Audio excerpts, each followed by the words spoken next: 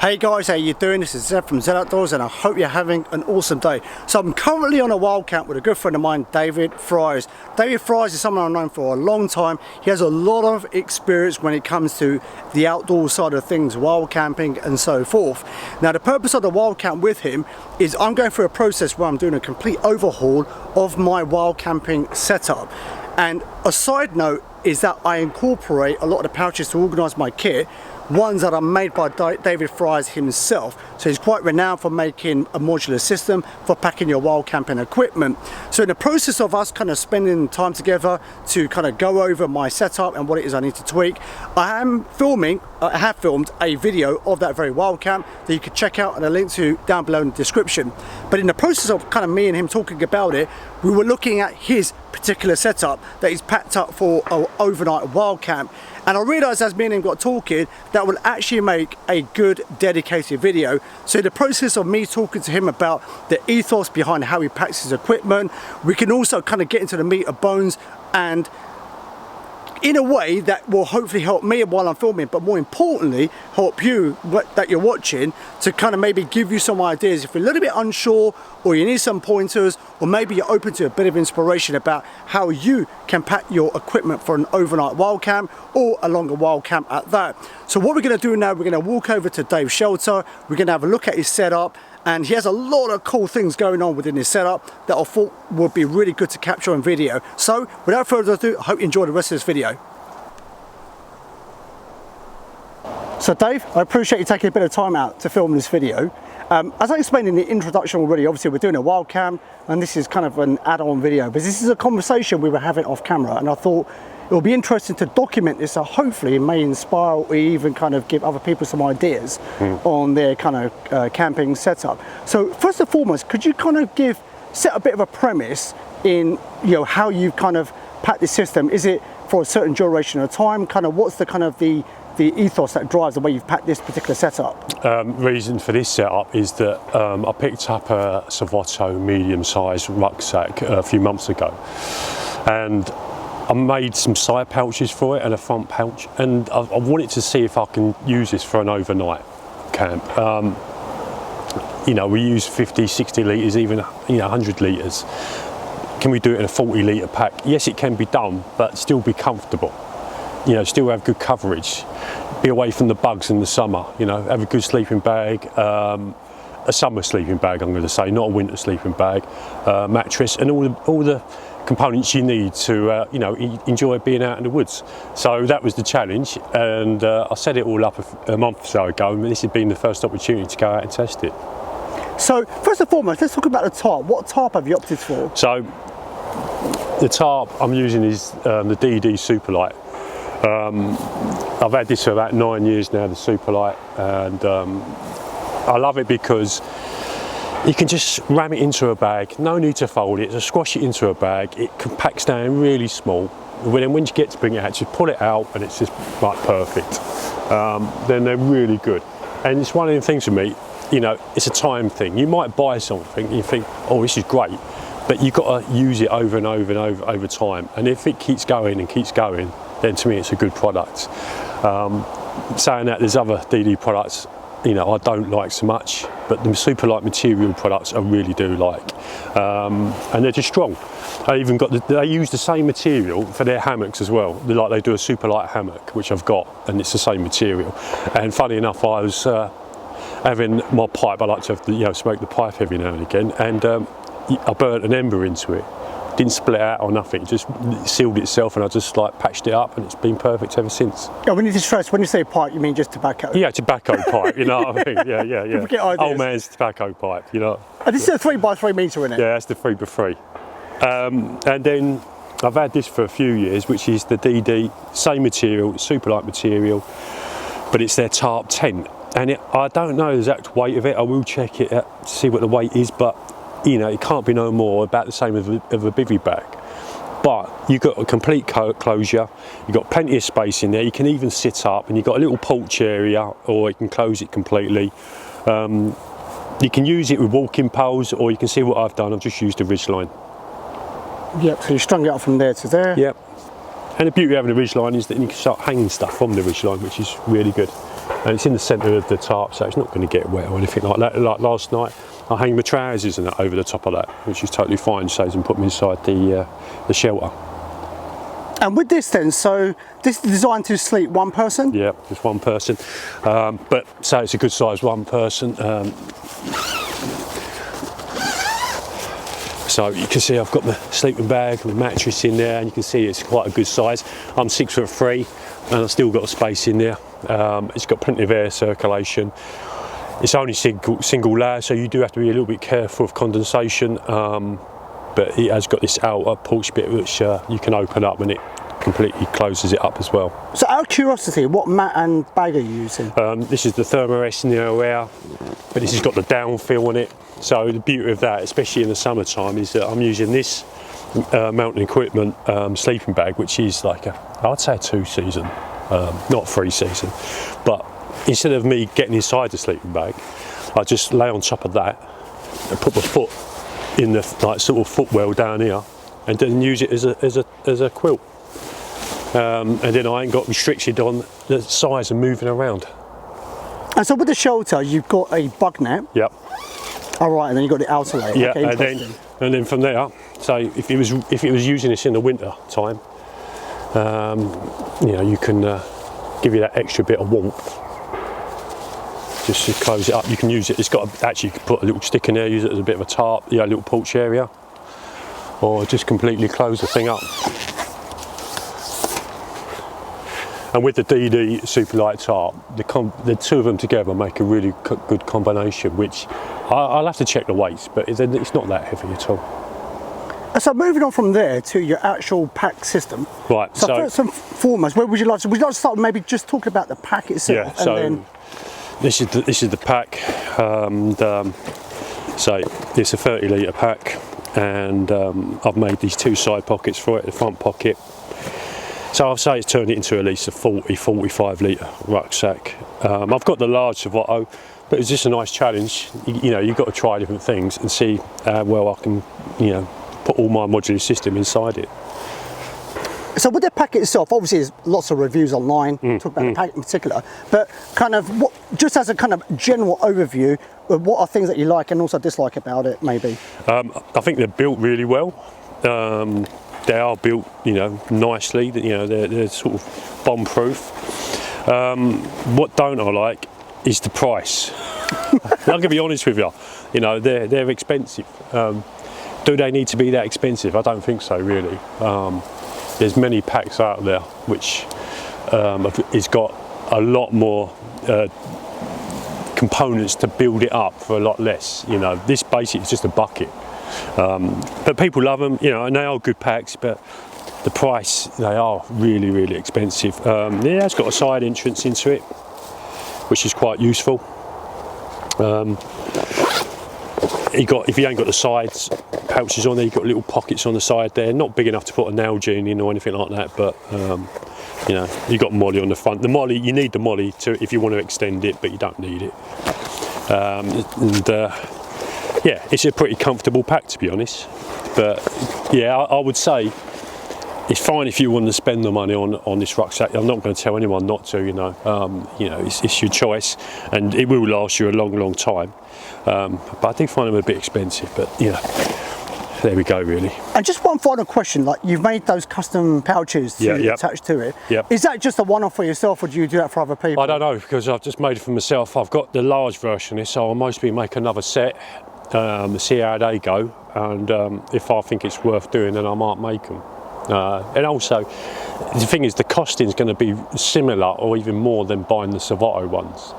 Now, you know, the Savotta ones, you can buy them all different sizes.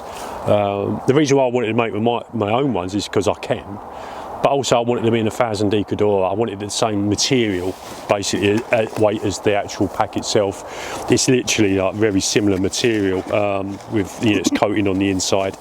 So I wanted to make them in 1000 decadora. I wanted to be able to then, you know, make the front pouch for it and to the way I wanted it, to the size I wanted them to. And they fit on there perfect. So I will make another set, and I'll put them on the large one and see how they go. And but you have to remember, these are made by myself, handmade. You know, they're not mass-produced items. So moving on to your pouches, just in case you know, people watching have not seen previous videos that we've done, you know, talking about your pouch system, Yep. and don't know kind of about the work that you do, would you like to just give a super brief overview in terms of like you making pouches and kind of like the ethos behind it? Well, basically, 40 years I was using a rucksack. Every single dry bag was round. So when you're putting stuff inside your rucksack, you've got little gaps and spaces, and you can never maximise that rucksack. So the modular system come about is to be able to maximise the rucksack and get full use out of it, and also at the same time being organised with it. So, you know, when you move in the old days with the old round dry bags, you move one thing, the whole thing you lose everything, it's all over the place. Where this is structurally, it sits there and generally just stays there, and you can just grab what you want and put it back again. So, moving on to the pouch system itself, Yep. where would you like to start? Right, do you know what we should do? Let me pack the rest of the stuff away. I'll put all the sleeping bag away, the mat, the tarp, the lot, and then we'll lay it out. Then I'll show you how I pack it. Let's do that. Yep.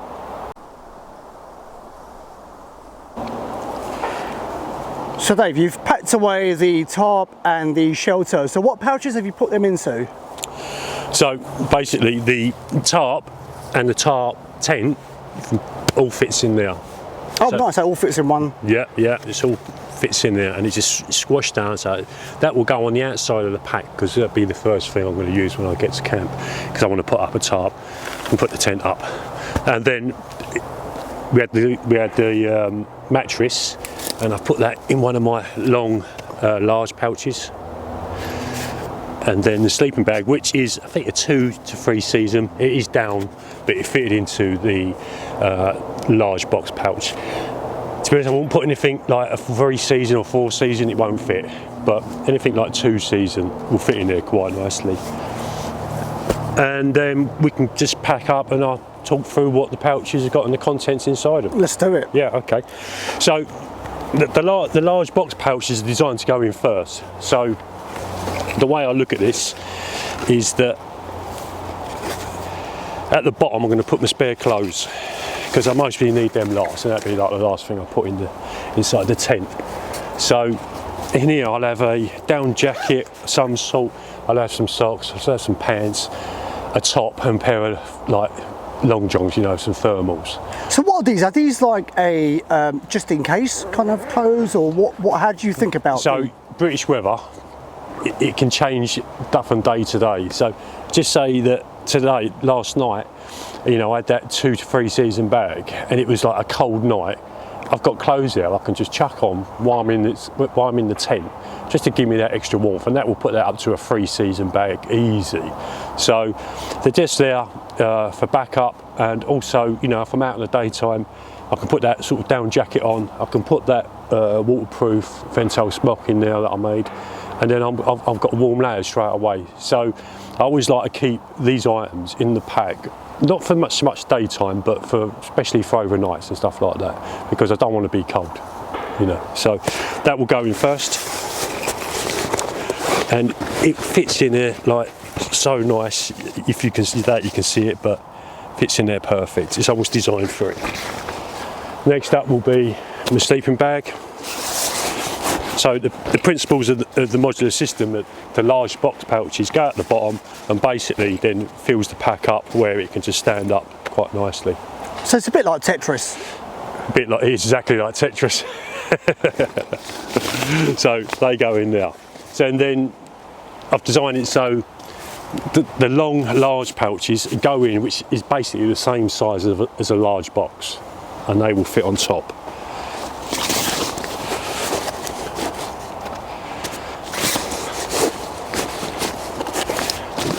So it's making the most of all the space in the rucksack. As you can see, it's completely, you know, you push it all the way down, it's filling out that pack perfectly. Right, from there, we can put in a frying pan. And what do you in there? Do you have just a So this frying one, pan on its own? yeah, so in here I've got the GSI Pinnacles frying pan, got a titanium plate, and I've got my sort of salt, pepper, oil, some spices, some herbs, stuff like that in there, and it fits in there. This is one of the frying pan patches. yeah, and that can fit in there. Just lay it on top there and it fits in there quite nicely. Next up, we've got the billy can pouch. So I've got one of the Pathfinder, I think it's the 2-quart one in there.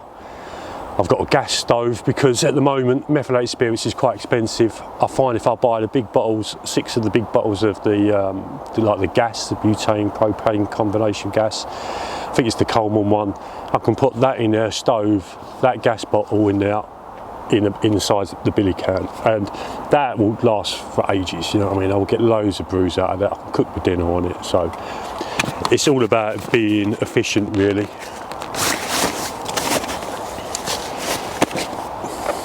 So this is, I always keep this in all my packs. I'll have one of these ration pouches.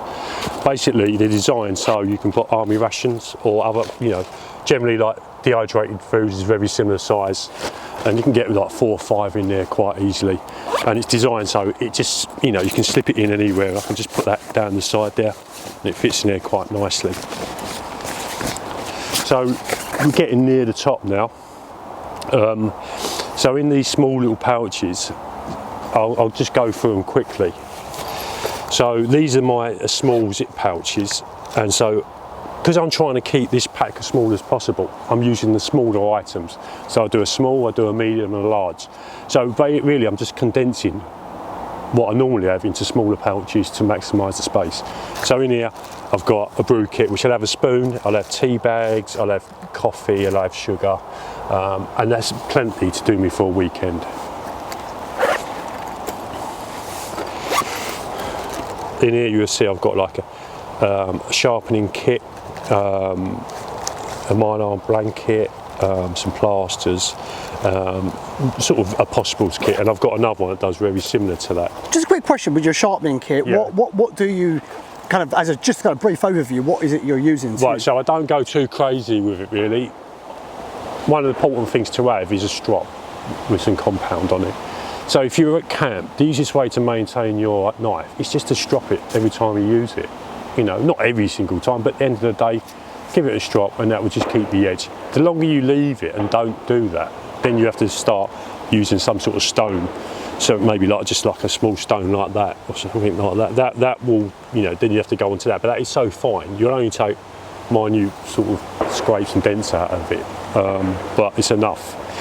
But if you keep on top of it, then you can go for for ages without actually doing a proper strop of it. So that's a sort of I've got a little, actually it's a little first aid kit in there, and so just some small items that you need. Maybe you might not use it for ages, but there might be a time for, oh, I need that, and I've got that in there. And this is my fire kit. I always have a fire kit. It doesn't matter what you put in it, it's all down to your skill levels. You put in there what you think you need to be able to start a fire and what time of year it is. Summertime, everything's quite dry. To be honest, it's quite easy to start a fire. Wintertime, you're going to need, guaranteed fire, so you need to put the components in there what you need to start that fire. So, and it's all down to your skill level and what you need and stuff like that. A lot of time you don't even need to fire kit this time. You can just do some feather sticks, some shavings, and you can get a fire going with some dry materials floating around. But winter time it's going to be a lot harder. So yeah, that's all depending on your skill set and what you want to keep in there. What else we got? So there is a lot here, like this one here. So talk about water. So if I was in the woods and I'm going out and I need to get water from rain or from a stream or something like that, I've got the ground, which is really good. It does heavy metals, it does chemicals. It's a pretty good water filtration system. But I need to gather water, so in here I've got one of them Savotta 10 litre bags. So I can scoop out water, chuck it to the side and use it for when I need it.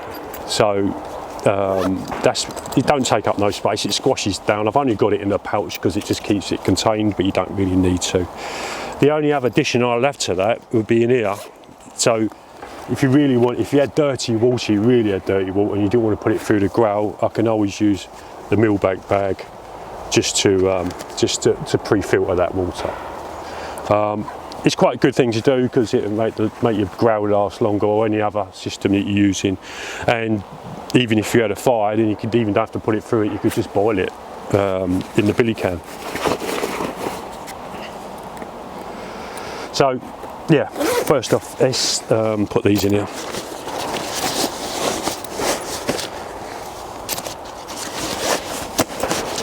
So everything sort of slots together quite nicely and makes the most of all the space.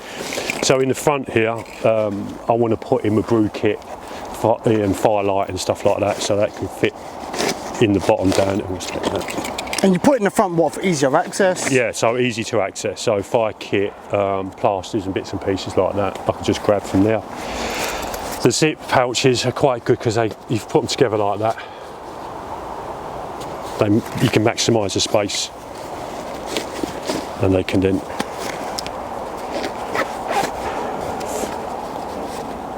fit in there. So really, we've got majority of it's gone already, but we've still got these side pouches. So one side to equal out the weight of the water, and the grail is actually quite heavy.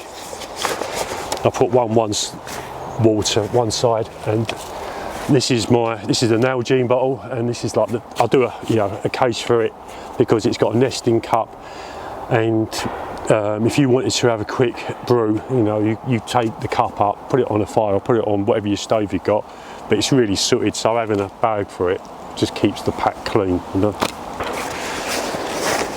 that can go on the other side. Tools, I normally have an axe as well because I like to have a knife, a saw and an axe with me.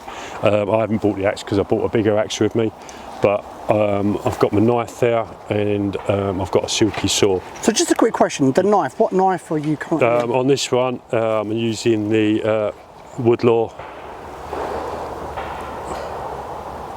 So it's a really, really nice knife, and yeah, I like to use like I like to have if I was out, I like to have it so I can have it over my neck like that, so I can walk around and just put it behind me and just bring it around when I need it, and then when I get to camp I can just take it off and hang it up. So sometimes if you have it on your belt, it can be a bit of a pain, especially if you're sitting down and it's like digging into your side, having it like that. When I went to Sweden, I made myself a system where I just had it over my shoulder, so I had the saw and the knife, and it just sat there. It was just quite easy to access whenever I needed it, and then you could put it over your jacket. So if you've got like a long smock on or a jacket, accessing that knife can be quite difficult sometimes, so sometimes having it over your shoulder is an easier option.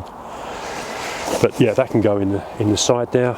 And so in terms of the saw on top, saw. Which one are you using? So I'm using the Silky, I think it's a 240. Or was it the 240? Yeah, it's 240. Great saw, really good. It processes wood so fast. This is a pouch that I've been working on for it, so yet again, put it so it can go over your shoulder. Because generally when you're going out, say even just being here, I'm scouting for a bit of wood, once you've cut down that bit of wood, you can just chuck this over your shoulder and just bring back the wood and don't have to worry about it.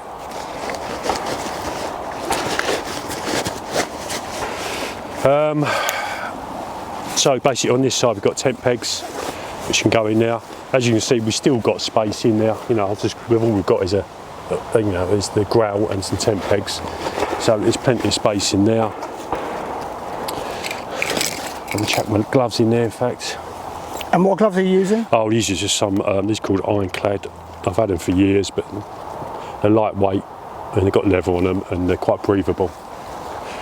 Because like in hot environments, anyone who's put gloves on, and they're working, you take your gloves off and you've got these sweaty hands, which is horrible. And that's about it really. I've got the mat that I'm kneeling on at the moment, that just sits on top. That's like I've got the mats on the shop. This is just a canvas one, but I've got a wall one and an orange one I do. Basically that's it really. So the only last thing is the shelter system, which I like to keep on the outside. So basically we can just put that there.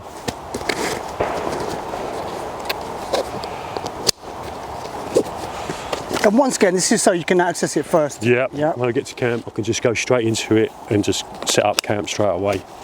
So we just set that up right nice. We have got more space in there, so we could put more in there, but So you got a cups down there, or? Yeah, so they could go in the inside, but sometimes it's just quite nice to attach it to the outside of the rucksack somehow. Yeah, just hook that on. It's scientifically proven. Yep. If you attach your cups and stuff to the outside of your pack, you take pictures, Yep. you get more likes on Instagram. Yeah, but then it officially says I'm a bushcrafter. It does. Yeah. Gives you your, yeah, so I've got a couple of cups, to be honest, you know what I mean. That, it's nice to have one cup, don't need two, but you know, like a metal one's quite good for, you know, for when you're cooking, for putting bits in it and stuff like that. And then, yeah, that's the pack really. I'll put it on so you can see it. Let me just take it off a minute. I didn't cinch this up, which is a bit annoying.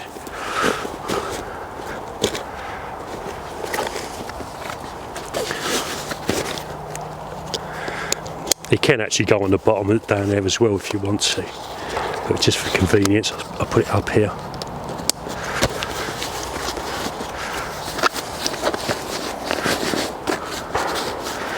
Once you level it all up, you should tighten it up. And there we go.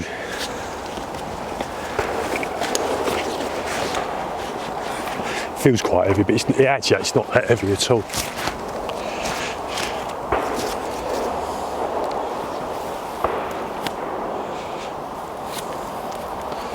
Yeah, that's compared to like if you was doing an overnight with a 60 litre pack. You know, I can walk quite a long way with that, and it's really comfortable. So yeah, no, it worked. So just a kind of couple of things to wrap up on. I think firstly it's important to stress with these sorts of videos, and especially with what you've gone through, that this video is not saying that, you know, your way is the only way or the best way. Basically, this is just something you developed over many, many years because you have a lot of outdoor experience. So first and foremost, would I be right in saying that this is, you know, the system that you developed and also your methodology is simply based on your preference for what works best for your needs? Yeah, so so I've got a checklist, and this is my checklist of what I want to put inside a rucksack. The actual brands and the products might change, but the actual, like the gear of like the fire kit, hospital kit, plasters, like winter time, and even in summer I'll go a bit heavy on clothes, sleeping bags and stuff like that, because I don't want to be cold, I don't want to get wet. And then anything happens like water, I always got to have some sort of filtration system because we need water. It's the most important thing to us. So always be able to get water is vitally important to me. And just having that checklist of stuff that I've always got to have in there. Does that mean everyone else has to have that? Not at all. You have what you want, you know what I mean? And the thing with that is, that's the great thing about it. Everyone has their own version of outdoors and what they want to use from the outdoors. Some people take a lot more kit, some people take a lot less kit, but this is my, you know, version of what I like to use. And everyone gets, it's good to see other people's setup because you learn things from it. You know, I learn things all the time. So, you know, it's good to show just to see if we can get anything out of it. And then lastly, to kind of touch on is, obviously those that are watching are different skill levels. Obviously you've got complete newbies, people who are just kind of a little bit early in the journey, kind of like more intermediates, and obviously you've got advanced people. So for those kind of more on the kind of newer, kind of like beginning stages of their journey, obviously we've kind of touched on it quite a bit throughout this video, but what are some kind of parting words in terms of like your advice based on your experience for keeping your kit organized in modules, okay, and also, you know, just kind of the whole ethos behind kind of packing in an orderly fashion regardless of the duration of outing that you're doing. So kind of what are your parting words and kind of advice on that? The one thing I'd always say is if you have a pouch, it doesn't have to be any of my pouches, any pouch, right? Any of the components that you use, make sure it always goes back in that pouch or whatever it is you're using, because if you take something out, make sure it goes back in there again, because one of the worst things that you can do is when you go out and do a night camping is you're constantly picking stuff up and you're putting stuff down and you're forgetting where you put. You might just chuck it in the rucksack, but no, don't just chuck it in the rucksack, chuck it into the exact same place you got it from, the pouch where it goes from. So that's why you have a fire kit. So if you take something out of the fire kit, it goes back in the fire kit. If you take something from the cook kit, it goes back in the cook kit. It would just make your camping experience so much better. And the only other thing I would suggest doing is actually, you only learn from doing it. So get out and just just go out and practice and do it and enjoy it. And every time you go out, you learn something new, and you might organise something different. You might think, oh, I can do a better way of doing that. I do it even now. You know, the car setup constantly is changing because it's getting better and better at it and making it more organised. Sometimes you might change it, it might not work, so you go back to the other way. But you don't know till you do it, so you've got to do it. That's what I would say. Just get out and go, and then you just learn from it. And lastly, obviously we've done previous videos right, over the years with different backpacks and subsequently the similar kind of pouch system that you use to organise and obviously pack your kit. But just kind of for those that are once again unaware with kind of obviously the pouch systems that you make. So are they kind of in general designed to fit kind of most standard backpacks, and obviously people then kind of get the pouches to suit that size of backpack and style? Would I be right in saying that's the case? Yeah, basically it will fit any pack, any rucksack. You see, I show you everything because I make it. So it's showing you the products, but you don't have to do that. What you need to do, if you just need one pouch, you buy one pouch. You know what I mean? And you build yourself up from that. If you you saw the system at the bottom, or put some clothes in the large box pouch just to fill out that bottom one, buy that. And you can just build yourself up to it. The design of the pouches, they're simple. You know, there's no outside buckles or anything on it. They're designed to slip inside the rucksack and not get caught up or anything. You know, they're designed to be as minimal as possible to save weight. They're designed just to fit together. And the only thing I'd recommend really, if you're going to buy, you know, especially the smaller pouches, they work well in pairs because they stack together really nicely. So yeah, I definitely recommend that. But yeah, you don't. I'm demonstrating the whole system, well, part of the whole system. You know, so I've got other products as well, but you just can take elements from it and build up the system. You know, but if you want something that will last a lifetime, it's made from the 1000D nylon Modular, which is like the toughest material you're going to get. It's proper military grade. It's not polyester. It's proper nylon. The zips are size 8 zips, so they're the overlarge zips for the size of the pouches, so the zips don't break, because one of the faults of many products is the zips break. And everything's like double and triple stitched, and the material's waterproof. And I've had pouches out here in the rain and they're totally dry still. I'm not saying they're waterproof, but they're water resistant, let's say, but you know, they're pretty water resistant. Most of the seams inside are welded together, so water's not getting in now.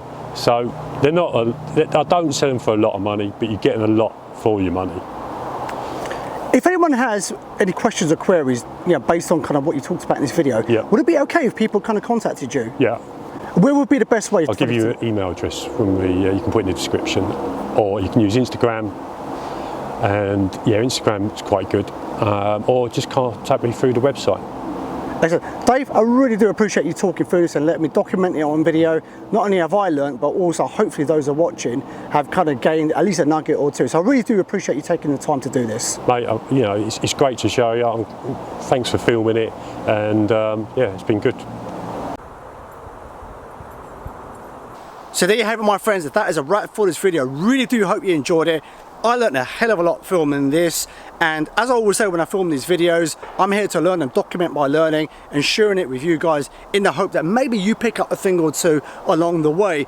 As we kind of discussed throughout the video, a lot of the pouches that David has used are ones that he has handmade here in the UK. So what I'm going to do is put a link below to David's website. You can find out a plethora of information about everything that he has going on, and the pouches and all of that kind of good stuff that he's making and doing on a full-time basis. And I'm also going to put a link below to his Instagram. If you gained any value from this video whatsoever, it means the world to me. You go and check him out on Instagram and give him a follow. He's very active with his social media, so you can see the plethora of things that he's getting up to. But not only is he making the pouches and obviously kind of constantly innovating, but he's also out on a regular basis, so he's putting everything to the test. So following him on Instagram will allow you to see everything that he's getting up to. If you have any questions or queries with Dave about his pouches, and maybe if they're kind of suitable for what you're doing, or you have kind of questions in general, feel free to reach out to him either via his website and his Instagram. And lastly, what I'm going to do, I'm going to put links below to previous videos that I've filmed with David Friars, in which we've done other kit breakdowns with different backpack systems that he's used in the past, and they are also very, very insightful, just like what we've hopefully shown in this video. And last but not least, like I said, we're currently doing a bit of a chill wild camp, going over my personal kit, and he's kind of helping me to kind of get a little bit more organized with it as I'm doing an overhaul of my entire setup. So we'll also link to that below in the description. And also David Friars has done his version of the wild camp, so I hope I'll remember to kind of link to his as well, right? So it would mean the world to me, go and check that out. So there you go, guys. Hope you enjoyed this video, and I shall see you on the next installment of a Z Outdoors video. Until then, I hope whatever you're doing, you have a blessed day, a blessed week ahead. For myself, Z Outdoors, and David Friars, peace out.